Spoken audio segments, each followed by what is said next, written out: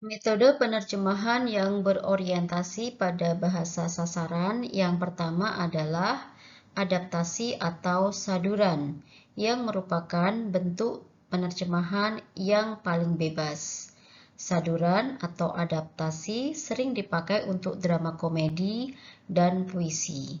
Biasanya, tema, karakter, dan plot atau alur cerita dipertahankan, tetapi terjadi peralihan budaya dari bahasa sumber ke bahasa sasaran, dan teks asli ditulis kembali dan diadaptasi ke dalam bahasa sasaran. Salah satu contoh saduran adalah cerita kanak-kanak karya Merari Siregar yang berjudul Si Jamin dan Si Johan. Cerita ini disadur dari Jan Smash karya penulis Belanda bernama Justus van Maurik. Karya Justus van Maurik bersetting di Belanda, sedangkan karya Merari Siregar bersetting di Jakarta, bercerita tentang anak Indonesia dan menggunakan nama-nama orang Indonesia bagi tokoh pelakunya. Selanjutnya masih tentang metode penerjemahan yang berorientasi pada bahasa sasaran. Meski tak sebebas saduran atau adaptasi, free translation atau penerjemahan bebas merupakan metode penerjemahan yang lebih mengutamakan isi bahasa sumber daripada bentuk strukturnya. Kemudian, free translation biasanya merupakan parafrasa yang lebih panjang dari aslinya, bertele-tele tetapi menarik dan tidak semuanya merupakan terjemahan. Sekarang kita akan berlatih menerjemahkan dengan metode free translation. Kono hong ni wa kotsu kisoku ni kang suru koto ga kaite arimasu. Pertama, kita terjemahkan dahulu kata per kata. Kono artinya ini, hong buku, ni di dalam, kotsu lalu lintas, kisoku peraturan, ni kang suru terkait, koto hal, kaite arimasu tertulis. Nah, setelah diterjemahkan satu persatu atau kata per kata, kita akan terjemahkan bagian per bagian. Yang pertama, kono hong niwa, ini buku di dalam, berarti di dalam buku ini. Kotsu kisoku nikang surukoto, lalu lintas peraturan terkait hal, berarti hal-hal yang terkait dengan peraturan lalu lintas. Kaite arimasu tertulis. Nah, ketiga bagian ini kita akan gabungkan, kita buat menjadi kalimat sendiri dengan tetap memperhatikan pesan yang ingin disampaikan oleh bahasa sumber. Namun tidak harus terlalu merisaukan aspek kebahasaan.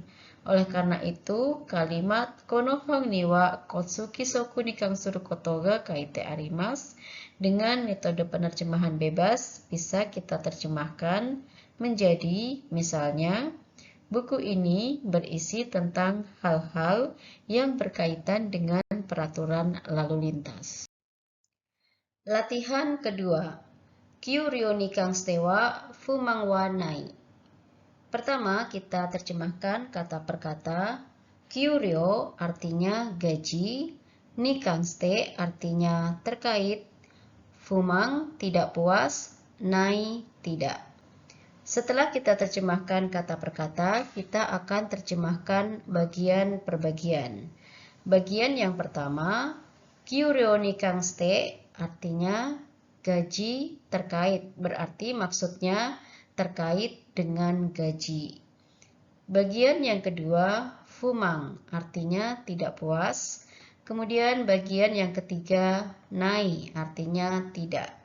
Nah, dengan metode penerjemahan free translation atau penerjemahan bebas, kita akan menggabungkan ketiga bagian, kita susun menjadi kalimat dengan bahasa kita sendiri, Yang penting adalah bagaimana kita bisa menyampaikan maksud kalimat ini dengan baik dan tidak perlu terlalu merisaukan struktur. Karena dalam penerjemahan bebas, yang penting adalah pesannya tersampaikan dan tidak terlalu mementingkan struktur. Jadi, Kyuro nikang stewa fumangwanai bisa diterjemahkan menjadi aku sih merasa cukup dengan gajiku. Metode penerjemahan yang berorientasi pada bahasa sasaran yang selanjutnya adalah penerjemahan idiomatis. Penerjemahan ini dilakukan dengan mereproduksi pesan bahasa sumber ke dalam bahasa sasaran menggunakan ungkapan yang akrab atau familiar dengan pembaca. Meskipun untuk itu harus menggunakan idiom yang tidak terdapat pada versi aslinya, asalkan memiliki pesan yang sama. Oleh karena itu, biasanya nuansa maknanya terdistorsi. Nah, apa itu idiom? Menurut KBBI, idiom adalah konstruksi yang maknanya tidak sama dengan gabungan makna unsurnya. Misalnya kambing hitam dalam kalimat, dalam peristiwa itu Hansip menjadi kambing hitam, padahal mereka tidak tahu apa-apa. Sekarang kita akan berlatih menerjemahkan dengan metode idiomatic translation. Yang pertama, Okiakusama wa kami-sama desu. Okiakusama artinya pembeli atau pelanggan. Kami-sama artinya Tuhan. Jadi, orang Jepang menganggap bahwa pembeli adalah seperti Tuhan. Nah, di Indonesia kita akan mencari idiom atau peribahasa yang maknanya sama.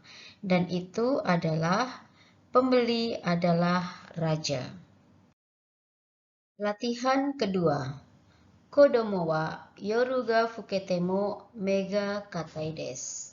Kodomo anak-anak, yoru malam, fukete larut, mo pun, me mata katai keras.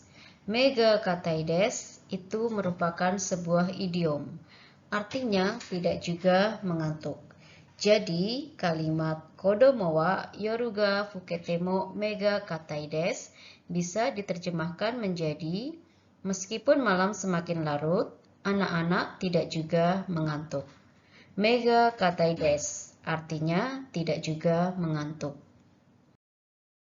Metode penerjemahan yang berorientasi pada bahasa sasaran yang keempat adalah penerjemahan komunikatif. Penerjemahan ini mencoba menghasilkan makna kontekstual secara tepat yang sedemikian rupa sehingga baik dari sisi isi maupun aspek kebahasaan langsung dapat dipahami oleh pembaca dan berterima. Sekarang kita akan mencoba berlatih dengan metode penerjemahan komunikatif. Latihan pertama. Okite shimata koto wa shikata ga nai. Okite terjadi, shimata terlanjur, koto hal. Terjadi, terlanjur, hal. Berarti maksudnya adalah hal yang sudah terlanjur terjadi. Shikata ga nai. Shikata, cara, nai, tidak ada. Tidak ada cara lain. Jadi, okite shimata koto wa shikata ga nai akan coba kita terjemahkan dengan memperhatikan pesan dari kalimat tersebut, namun tetap memperhatikan juga aspek kebahasaan. Jadi, kalimat okite shimata koto wa shikata ga nai bisa diterjemahkan menjadi apa boleh buat, semua sudah terlanjur terjadi. Latihan kedua. Kore ijo watashi ni dekiru koto wa nanimo nai. Pertama, kita akan terjemahkan kata per kata. Kore, ini, ijo, lebih dari, watashi, saya atau aku, ni pada, dekiru dapat, koto hal, nanimo apapun, nai tidak ada. Nah, agar lebih mudah dalam menerjemahkan, kita akan terjemahkan lagi bagian per bagian. Kore ijo, ini lebih dari, berarti maksudnya lebih dari ini. Watashi ni dekiru koto, berarti maksudnya hal yang dapat aku lakukan. Nanimo nai, tidak ada apapun. Nah, ketiga bagian ini kita rangkai sedemikian rupa sesuai dengan konteksnya, sehingga isi atau pesan dari kalimat sumber tersebut dapat disampaikan dengan baik dengan tetap memperhatikan aspek kebahasaan. Nah, kalimat Kore ijo watashi ni dekiru koto wa nanimo nai dengan metode penerjemahan komunikatif bisa diterjemahkan menjadi, misalnya, aku nggak bisa lagi berbuat yang lebih dari ini deh. Nah, demikian minasang pembahasan kita tentang metode penerjemahan. Terima kasih sudah menonton. Sugino dogade aimashou.